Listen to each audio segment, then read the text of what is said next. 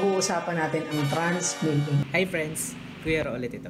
So iniimbitahan ko kayo sa March 7 Grand Finals ng Transmillion. Ang grand prize is top surgery as well as other treatments. Kasama na dyan yung medical transition. So basically yung mananalo, magiging libre na ang kanyang medical transition. Naging full-blown pageant na siya, no? Also, yung mga mananood ng face-to-face, maaaring manalo ng maraming prizes. Yan nasa screen nyo. Pwede nyo mapanalunan yan by face-to-face viewers. Tapos, pwede ka pang manalo ng slot for Season 2 Transmillion Contest. Meaning, nanood ka lang, nagkaroon ka na ng chance. Ang kagandahan nito ay hindi ka na magpapasa ng entry mo at makalaban ang libo-libong mga gusto rin at nangangarap na magkaroon ng top surgery at iba't ibang treatments para maging masculine lalo ang itsura. Ano pa? Ayun, mamimit nyo ako.